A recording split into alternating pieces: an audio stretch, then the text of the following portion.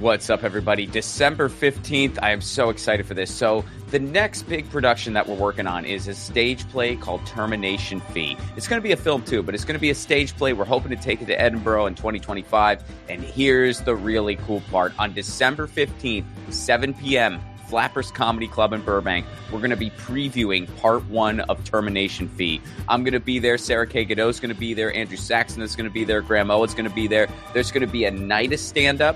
So some stand-up sets to open the night, followed by part 1 of Termination Fee and a Q&A after if we got the time for it. So get your tickets now, romplacone.com. December 15th, Flappers Comedy Club, Los Angeles. See you there. Episode 62, Silverio Tucci. Silverio Tucci is an Italian punk rock musician and socialist. I discovered his band, Lumpen, via Attila the Stockbroker, and became an instant fan. I learned that his family members were partisans. For anyone not in the know, that means they were the people who literally fought the Nazis in their communities in Italy during World War II. They're not mentioned much in history, but they were there. And when it was a fair fight, they usually won. I consider their story proof that at the end of the day, love, community, and compassion triumphs over hate, fear, and bigotry. A reminder I think we could all use right about now. There are some barriers in this episode, which is why it's a bit shorter.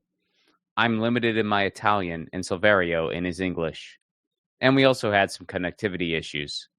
But we both navigate the waters and find common ground between our mutual love for music, family, art, and solidarity. Please welcome to the show, Silverio Tucci.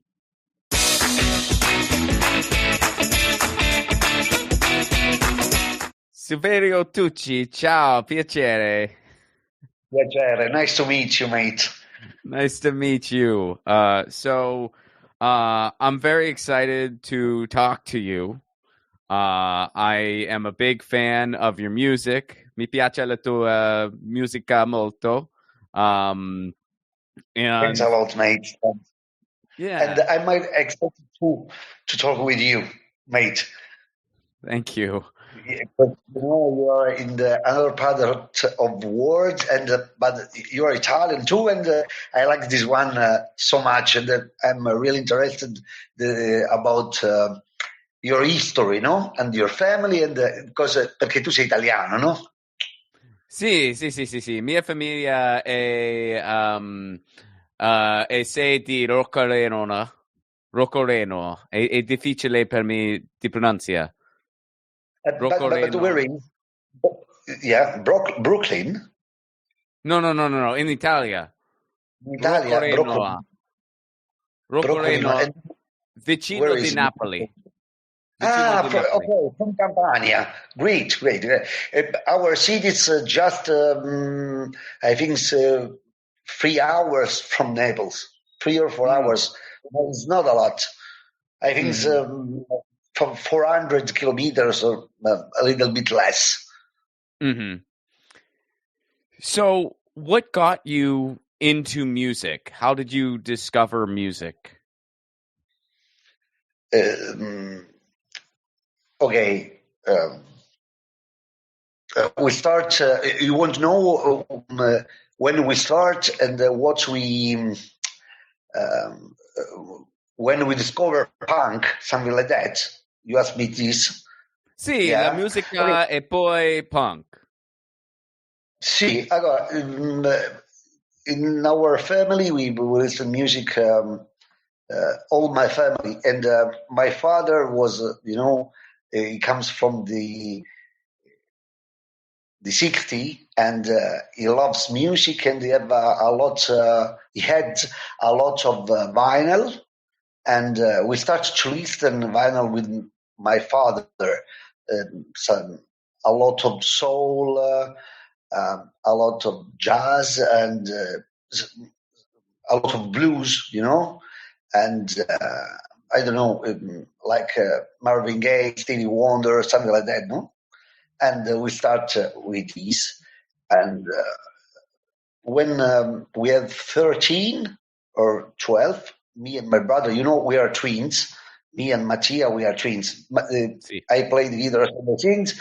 My brother is a bass player, and Mario is a drummer, and the bass player is my twin. And when we have 12, we discover Sex Pistols, and it was like a shock, and it was great. And we start about this, and this is the story about music, yeah. And we arrived to punk, but we still listen a lot of kind of music, different style. Example, I'm totally crazy for blues. I play blues, and I like a lot. One of my favorites, I think, one of my favorites bluesmen is from United States, obviously, and the name is Albert King. King, and I love him, and I'm a great fan of the music, soul music, like Solomon Burke. I love Marvin Gaye, Tammy Terrell, and Diana Ross. I have one tattoo with. I have tattooed the face of Diana Ross on my arms. Oh wow! Yeah, I love soul. Sei andata agli Stati Uniti or no? Have you ever been to the United States? No, we will never been in the United States, but I think next year we speak with some promoters, and now we try to organize a tour in United States.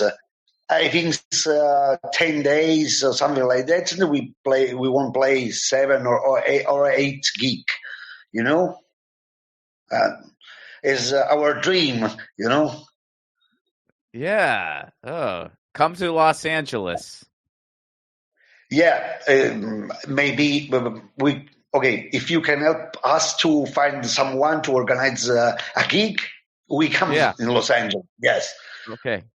Yeah. It's a dream, We just see American in the movie picture, no? Yeah.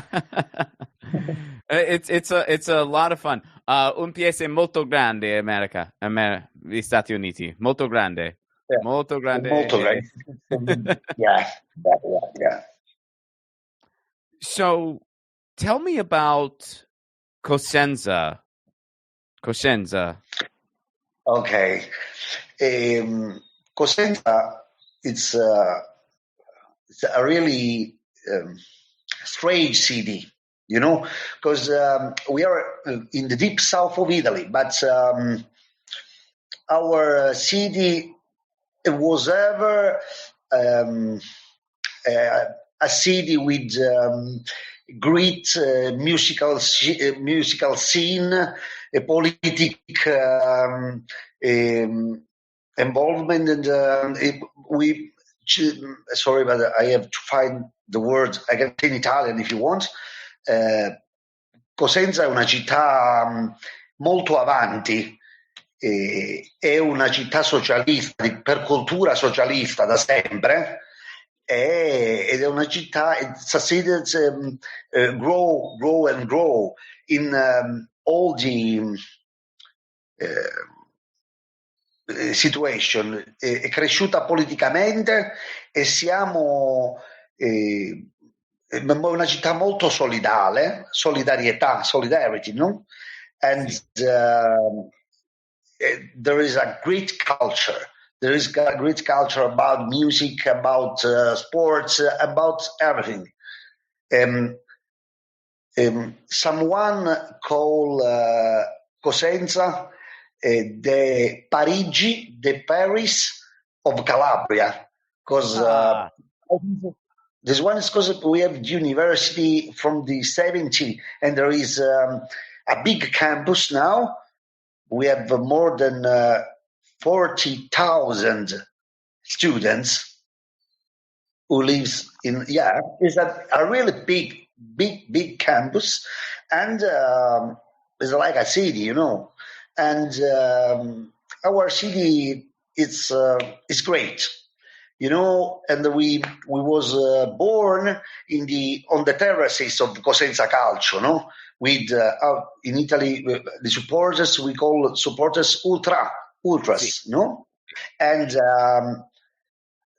from the 80s, in the 80s in Italy, a lot of fans are right wings. Not in Cosenza. We are from left wings, and we love the multicultural history and culture, and we love people, and we are totally different. When in Italy everyone sings fascist songs on the terraces, in Cosenza we sing songs on the music of Blues Brothers or of Bob Marley, something like that, or Desmond Decker, and we grow up with this culture. I'm really proud to be. I'm proud that all the Lumpen, we are totally crazy for Cosenza, and we are fanatics of our city. Yeah, it's not just for tutti. Siamo proprio dei fanatici. Sì. Sì, ti parla inglese molto buono inglese. Sì, è molto difficile di fare un colloquio in inglese quando, è difficile per me di fare un colloquio in italiano, e ti parla molto buono inglese. Okay, thank you. I don't know if I speak good English or not. I'm sure that my grammar is terrible, but the essential it's you understand me and I understand you, and that is okay, no? That's fine. No, you speak very well. Thank you, mate. You're welcome. So is Cosenza how you found socialism? Did that? In Cosenza, okay, you have. We was born in a family with a long story of socialism and anti-racism and anti-fascist. One brother of my grandfather, he was a partigiano, and he conspirated against fascism in the night, with other fascists, and they do some action against fascism during the Second World War, and my father was the secretary of one really, really little party, was called Democrazia Proletaria. It's working class democracy, the translation, and it's normal. And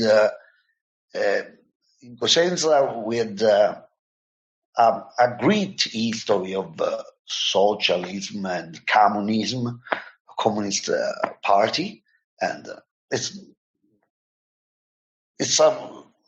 normal, yeah. It's our life. I can't, I can't imagine another idea of the words, and I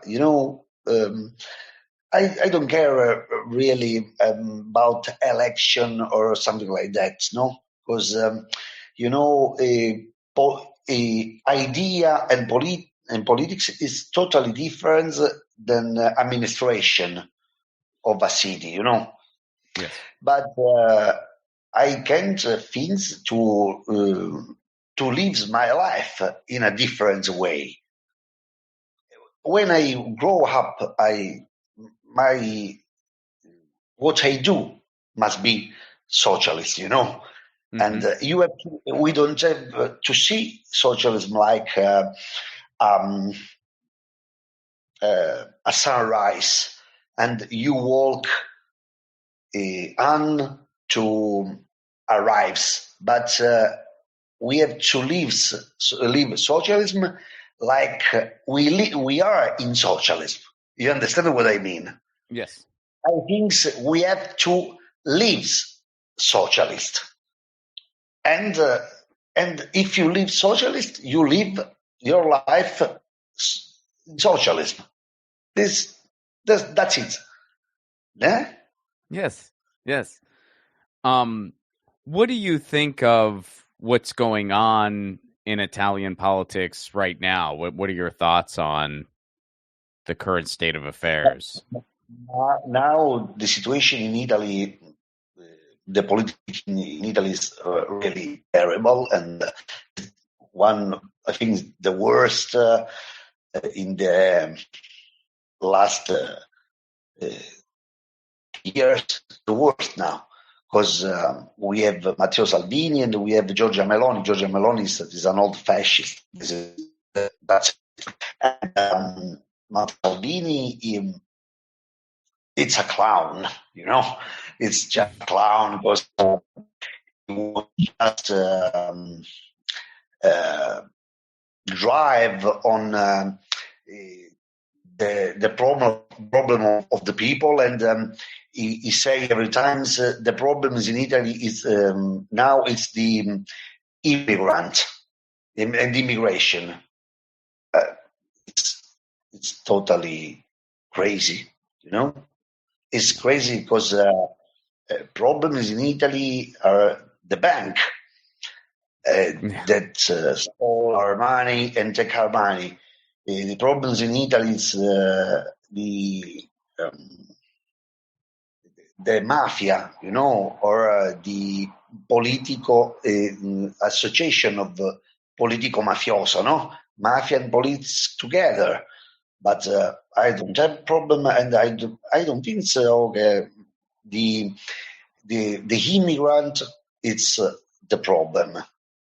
So, it's totally crazy because they put the finger and they indicate, no, the poor, it's who take my money, the poor, and the rich is normal, is good. So it's crazy, Mm-hmm. No, I don't like the police in Italy now, but I dream a different Italy, and with a lot of solidarity and cooperation, and grow up together. Everyone can realize himself, no? And I hope in future we can change something. Yeah, I'm in Germany because I'm an immigrant, because I live in Italy because we have a lot of problems with job, and there's no works, and I have family, and I need money, and I try to do something in Germany, I don't care if some people are from where they come, but I care about people from what they have inside. You understand? And yeah. I don't care about colors. You can be green or you can be purple. It's not my problem, and I like the color. I like all the color. It's normal. Why did you choose Germany for work? Germany, because Germany in Europe is a good place, and they don't have a great problem of employment, disoccupazione, employment. Sí, employment. Yes. Yeah, they don't have a problem about employment. You can find a job, one works without problem. Immediately you start to work, and it's great. Mm-hmm. And they have, in Italy, one of the last discuss they have in Parliament was about the minimum salariale. Can you help minimum me? Wage. Okay, and in Italy we don't have the minimum. Mm-hmm. Yes. In Italy you can have. They can someone take €3 for 1 hour of work. Mm-hmm. 1 hour is €3. €3 is like $3. It's crazy. Mm-hmm. For just 1 hours of work. And in Germany, there is the minimum, and you can live your life better than in Italy. This is the situation. Okay. So is the band still active? Did the band come to Germany too, or where is? When we have to play, they come in Germany, or I move with a airplane. I take my one flight, and I move, and we play together. No, Yeah. And maybe in a few months we play in Germany. Yeah, in Düsseldorf, in Colonia, and Köln, and Essen, and. 2 years ago was in Europe, and we play, I think, something like 70 gig in 1 year, and was great. We liked a lot. Stay in the van, and play together. Lumpen we are a little bit boomers, and we have an old style to understand and imagine the band. We are really a band. We are not just people who play together. We are a family, really, but really a family. Really, okay. One is my twin, but Right. our drummer is like a brother. It's our brother. And all of the people who played in the band loves each other. And we have another really. We play in 3 people, but we are in 4, because we have another brother from Venice, from Venezia, and he do the merchandising, and he's great. He's a great guy. He's a little bit crazy, and we loves him and it's great because he comes from I think 1,200 kilometers from our city, but it's part of the family. Yeah. Mm-hmm. And do you have? Yeah. Oh, I was just going to ask. Do you have a favorite place to play? Where is your favorite place to perform? You mean about nation, or style of bar or festival, something like that? You mean the nation? In which nation?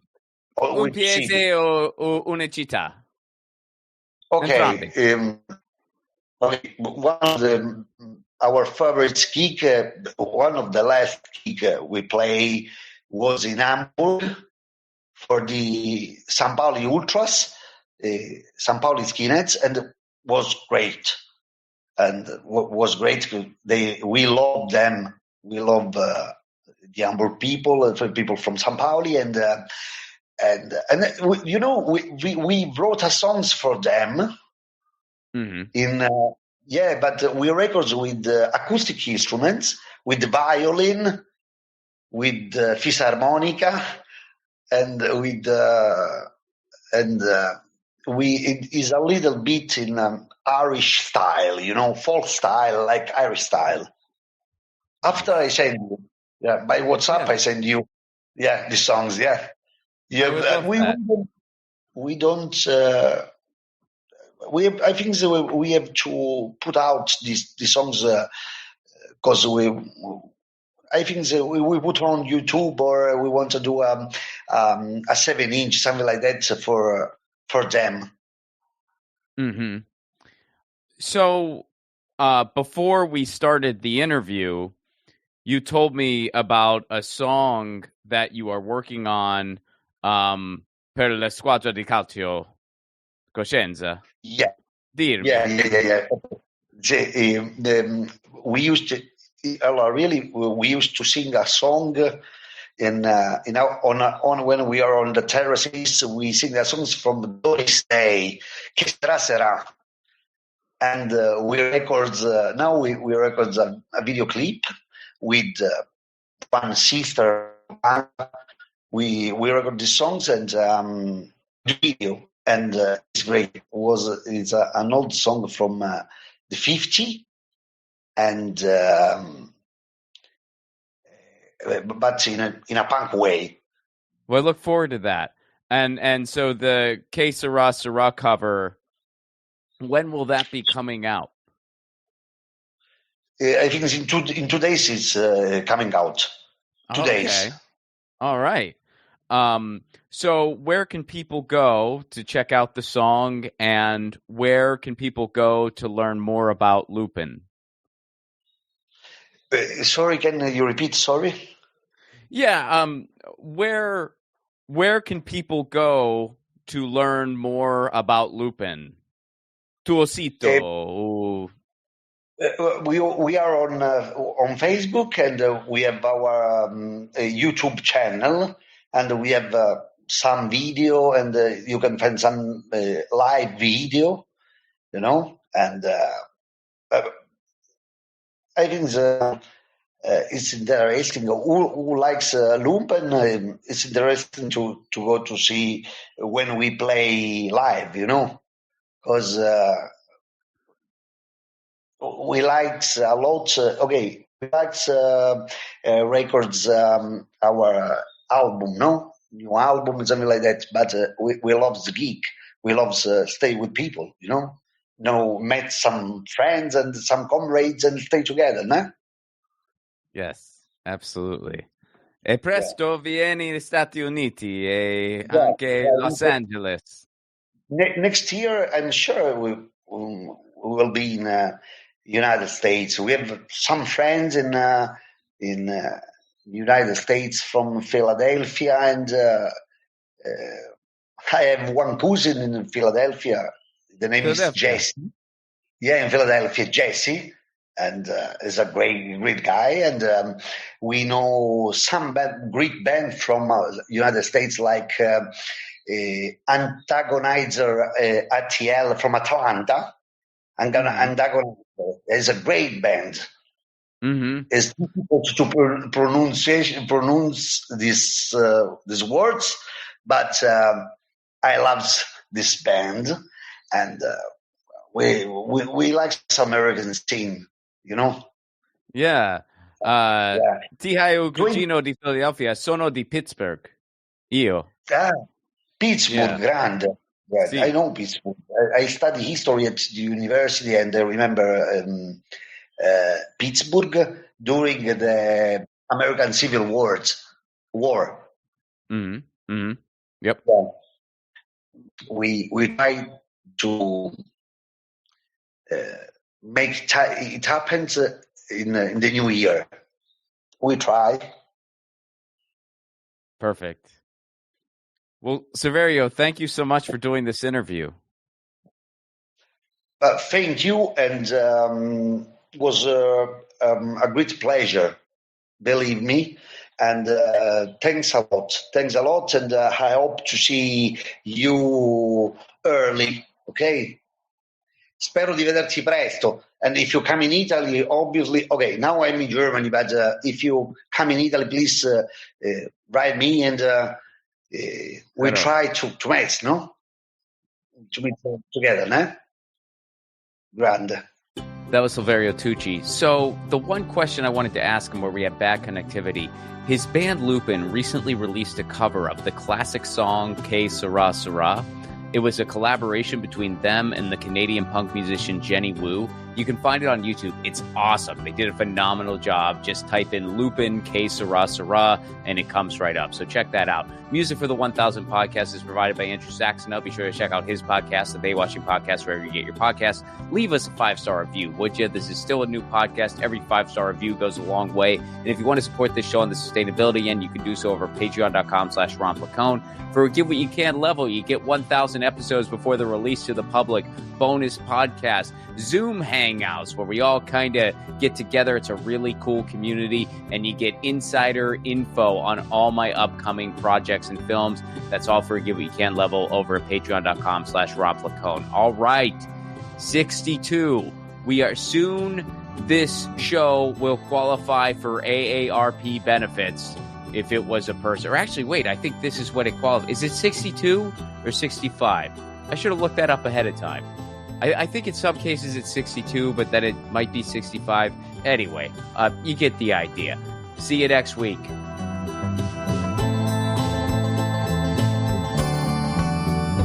Hey guys, Ron Placone here. Take your own 1,000 challenge. No, you don't need to interview 1,000 people, although if you want to do that, go for it. Your 1,000 challenge can be whatever you want. Maybe you want to call a friend out of the blue once a week. Maybe you want to read a book every month. Maybe you want to start a different garden every season. I guess that might be dependent on where you live. Look, the point of the challenge is taking on an endeavor that enriches your life in some way, and it can be measured. And then, of course, you do it regularly. That's what 1,000 is doing for me, and hopefully for you too. The main reason for this podcast and every podcast I've ever done is to build community. So take your own challenge. Then join our Facebook group. It's called 1,000 What's Your Challenge? ? That's 1,000 What's Your Challenge ? And post about what your 1,000 challenge is and the progress you're making. All I ask is that people be encouraging of each other's challenges. This is personal and vulnerable, so be cool. There's enough negativity on social media. We don't need to add to it. For those of you who aren't on Facebook, hopefully in the future we'll be expanding to places like Discord, Reddit, but for now, we're starting on Facebook. And again, that Facebook group is called 1,000 What's Your Challenge? See you there.